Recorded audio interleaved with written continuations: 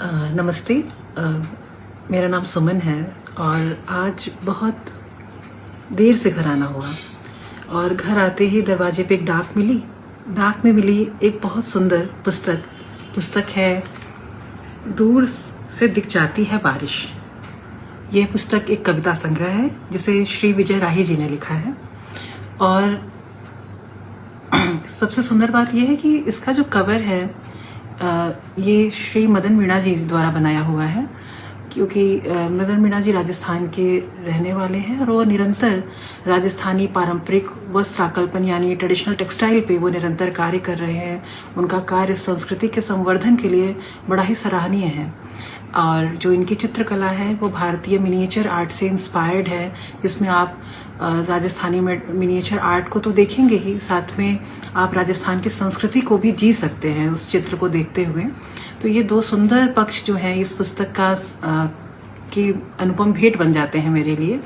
और एक तरीका है पुस्तक को पढ़ने का कि ये मेरा तरीका है कि वैसे तो पुस्तक को मैं प्राकथन से शुरू करती हूँ, संदर्भ तक पढ़ती हूँ, और फिर भी कविता संग्रह को पढ़ने का जो एक तरीका मेरे जीवन में है कि मैं लगता है कि कविताएं मुझसे बात करती हैं, इसलिए मैं कोई भी पुस्तक खोलने से पहले अपनी आंखें मूंदती हूँ और कोई भी एक रैंडम पन्ना खोलती हूँ और जो पन्ने में जो बात निकलती है मुझे लगता है वो बात मेरे लिए है। तो ये ऐसा मैंने प्रयत्न किया और पुस्तक से जो पन्ना खुला उस कविता का शीर्षक है फूलों की तरह तुम। फूलों की तरह आई तुम मेरे जीवन में, महक गई मेरी सांसों में खुशबू की तरह। तुम्हारी खुशबू मेरी आत्मा तक फैल गई, मेरी आंखों से आज भी झड़ती रहती है तुम्हारी यादों की खुशबू। मेरी आंखें फूलों की खोज करती तितलियां हैं, इन्हें उम्मीद है कि फिर खिलेंगे फूल, फिर बाहर आएगी जीवन की बगिया में।